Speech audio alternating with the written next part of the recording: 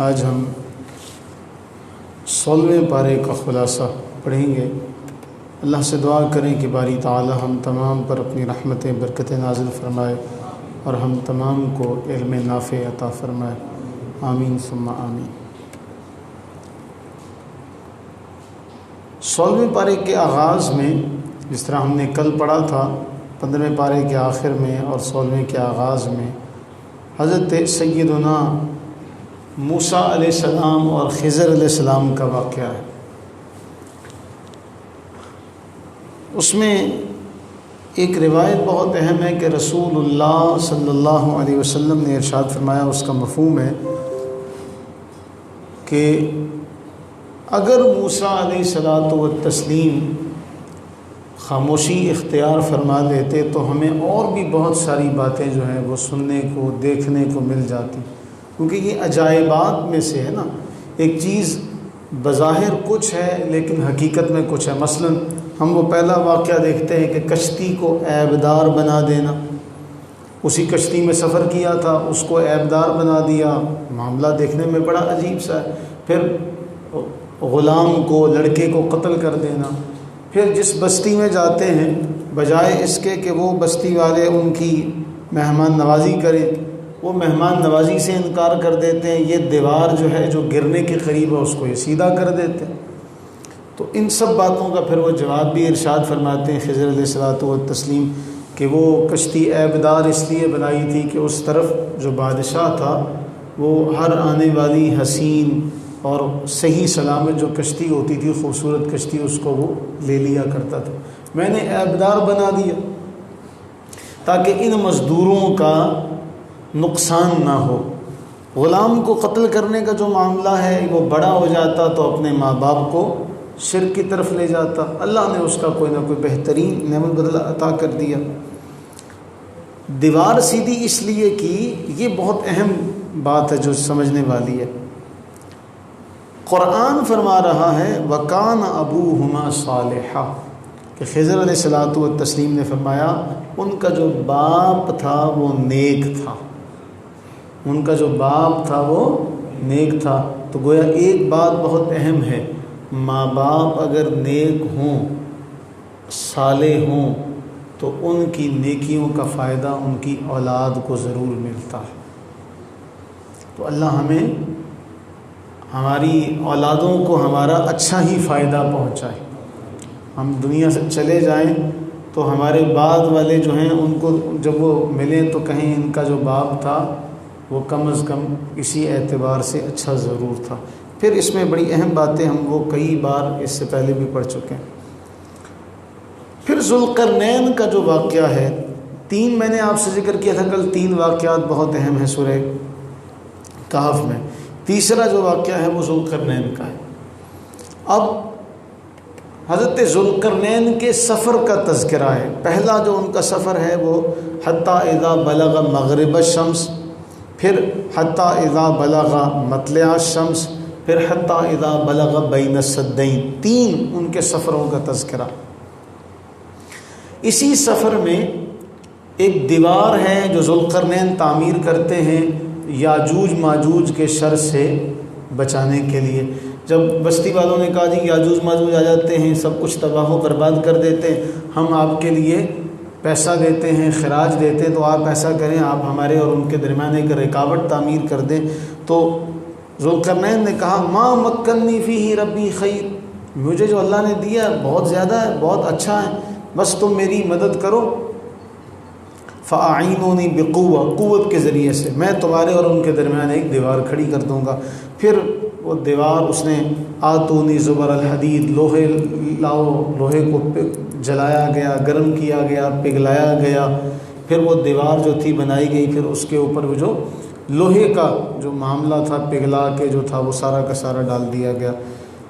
قرآن ایک جملہ فرما رہا فَمَا اسْطَاعُوا أَن يَظْهَرُوهُ وَمَا اسْتَطَاعُوا لَهُ نَقَبًا، کہ وہ نہ اس کو سر ہی کر سکتے ہیں کہ پار کر دیں، کیونکہ سپاٹ ہے نا، پگھلا کے لوہا ڈالا ہوا ہے اوپر، اور نہ اس میں نقب لگا سکتے۔ اب ایک عرصے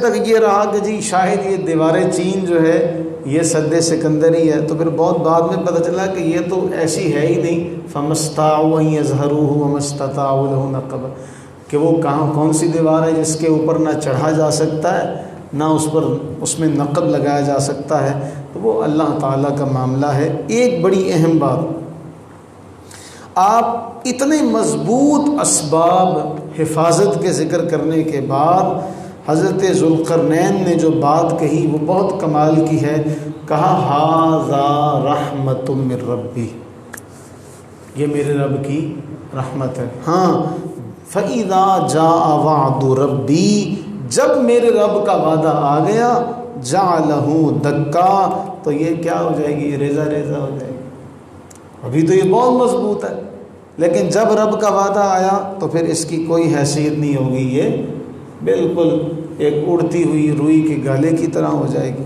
تو یہ بہت اہم ہے۔ اور قرب قیامت وہی دیوار یاجوج ماجوج پھلانگ کر پھر وہ ساری دنیا کے اندر اپنا فتنہ و فساد کا جو آغاز ہے وہ کریں گے۔ اللہ تعالی ہمیں دجالی فتنے سے، یاجوج ماجوج کے فتنے سے ہمیں ہماری نسلوں کو محفوظ و مامون فرمائے۔ سورہ مریم کا آغاز ہوتا ہے اس کے بعد 16ویں پارے میں، اور اس سورہ میں واقعات کے اعتبار سے حضرت زکریا علیہ السلام کا واقعہ بیان ہو رہا ہے۔ زکریا علیہ السلام کی عمر ہے 120 سال۔ کتنی عمر ہے؟ 120 سال۔ اہلیہ کی عمر ہے 98 سال۔ اس عمر میں اولاد ہونا بظاہر ایک ناممکن سا معاملہ ہے، لیکن پھر بھی اللہ سے مانگتے ہیں۔ ایک سبق ہے ہمارے لیے۔ میں نے آپ کو یاد ہوگا اسی نشست میں کہا تھا بھی اللہ سے مانگنا ہی وہ چاہیے جو ہمیں نظر آ رہا ہو کہ ہو نہیں سکتا۔ ہمارا ایمان اسی پر بڑھے گا نا۔ بھی 120 سال اور 98 سال ہے، بظاہر آپ اولاد نہیں ہو سکتی، لیکن اللہ سے مانگتے ہیں۔ اور لیکن 3 باتیں اللہ سے مانگنے میں، پہلی کہ اے اللہ میں کمزور بہت ہوں۔ جب اللہ سے مانگ رہے ہیں تو ظاہر سی بات ہے، اے اللہ میں بہت کمزور ہوں۔ دوسرا، مایوس نہیں ہوں، مایوس نہیں ہوں۔ دیکھیں وہ جملہ کمال کا ہے جو حضرت زکریا کا ہے کہ اے باری تعالیٰ، میری جو ظاہری حالت ہے وہ ایسی ہے کہ واشتعل الرأس شیبا ولم اکن بدعاء ربی، کہ میں نے کبھی بھی تجھ سے دعا مانگ کے میں شرمندہ نہیں ہوا، مایوس نہیں ہوا۔ تجھ سے دعا مانگ کے میں کبھی بھی، انی وہن العزم، بڑھاپا مجھے آ گیا ہے، کمزور ہو گیا ہوں، ولم اکم بدعائک ربی شقیہ، کبھی بھی میں محروم نہیں ہوا۔ تو 3 باتیں، میں کمزور ہوں لیکن مایوس نہیں ہوں۔ تیسرا مطلب میری دعا کبھی آپ نے رد نہیں کی، اور میرا اس دعا سے جو مقصد ہے وہ ہے دین کا فائدہ۔ میرا اس دعا سے جو مقصد ہے وہ کیا ہے؟ دین کا فائدہ۔ پھر صراحتاً اللہ سے بیٹا مانگا کہ اللہ بیٹا عطا فرما، اور اللہ نے قبول فرمایا، اور پھر اللہ فرما رہے ہیں کہ ہم نے انہیں بیٹا عطا کیا یحییٰ علیہ السلام جیسا۔ ہم نے جو یحییٰ علیہ السلام جیسا بیٹا عطا کیا، پھر اللہ تعالیٰ فرما رہے ہیں کہ یحییٰ کی شان کیا ہے؟ یا یحییٰ خذ الکتاب بقوہ وآتیناہ الحکم صبیہ، اور پھر یہ ساری کی ساری پھر صفات آ گئے۔ پھر اس کے بعد جو واقعہ چلتا ہے ساتھ میں حضرت عیسیٰ علیہ السلام کا، اپنے اعتبار سے یہ یحییٰ علیہ السلام کا واقعہ بھی بڑا عقل کو دنگ کر دینے والا واقعہ، لیکن حضرت عیسیٰ علیہ السلام کا واقعہ اس سے بھی بڑا عجیب ہے کہ بغیر باپ کے عیسیٰ علیہ الصلاۃ والتسلیم اس دنیا میں جلوہ گر ہوتے ہیں، اور پھر کیا کرتے ہیں؟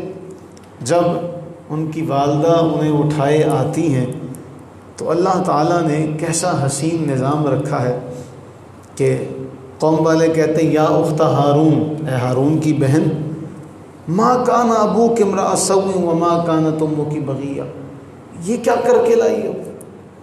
اب یہاں ایک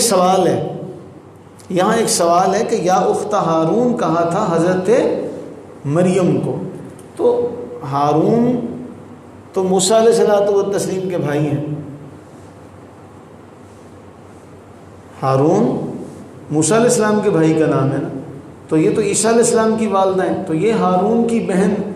تو رسول اللہ صلی اللہ علیہ وسلم نے اس کے جواب میں ارشاد فرمایا، اس کا مفہوم یہ ہے کہ اس زمانے کے جو لوگ ہیں وہ انبیاء کرام علیہ السلام کے ناموں پر اپنے نام رکھا کرتے تھے، اس لیے یا اختہ ہارون کہا گیا تھا۔ اب وہ بیٹا اٹھائے آتی ہیں، قوم والے جب باتیں کرتے تو کہتی ہیں فاشارت علیہ، اس سے پوچھو۔